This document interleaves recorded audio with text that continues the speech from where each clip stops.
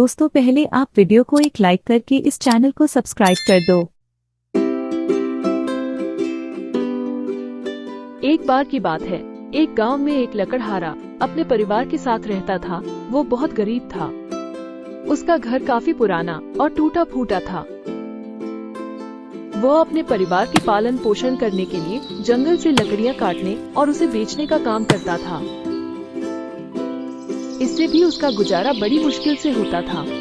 एक दिन उसके घर में खाने के लिए कुछ भी नहीं था और लकड़हारे के बच्चे भूख से रो रहे थे। ये देखकर लकड़हारे की पत्नी ने कहा, बच्चे काफी समय से भूखे हैं और रो रहे हैं। हमें खाने का कुछ इंतजाम करना होगा। ठीक है, मैं जंगल से लकड़ियां काटकर उसे बेचकर खाने का कुछ इंतजाम करता हूँ। तो फिर क्या, लकड़हारा अपनी कुल्हाड़ी लेकर जंगल की ओर निकल पड़ा।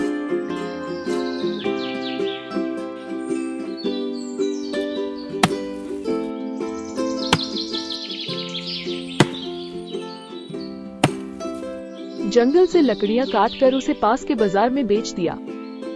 वहां से मिले पैसों से उसने खाना खरीदा और वो खाना लेकर घर की तरफ चल दिया। जाते हुए वो एक झोपड़ी के पास से गुजर रहा था। तभी उसे एक बच्चे की रोने की आवाज सुनाई दी। वो वहीं रुक गया। आवाज सुनकर उसे चिंता होने लगी। फिर लकड़हारे ने झोपड़ी के अंदर जाकर देखा तो एक बच्चा रो रहा था और उसके आसपास कोई नहीं था। लकड़हारा उसके पास गया और उससे पूछा, बेटा तुम क्यों रो रही हो? तब बच्चे ने रोते हुए कहा, मुझे भूख लगी है। तो लकड़हारे को बच्चे पर दया आ गई और उसने अपने पास का खाना उस बच्चे को खिला दिया। तब लकड़हारा वहाँ से जाने लगा। वो झोपड़ी से निकलकर कुछ कदम चला ही था कि पीछे से आवाज आई, सुनो बेटा, मैं तुम्हारी दया और मदद करने की भावना से बहुत खुश हूँ और तुम्हें कुछ देना चाहता हूँ। बोलो तुम्हें क्या चाहिए? मेरे घर में मेरी पत्नी और मेरे बच्चे कल से ही भूखे हैं। उनके लिए कुछ खाने को मिल जाता तो आपका बहुत उपकार हो जाता। फिर झोपड़ी ने कहा, मैं तुम्हें वरदान देता हूँ कि तुम्हारा घर हमेशा खाने के सामान से भरा रहेगा।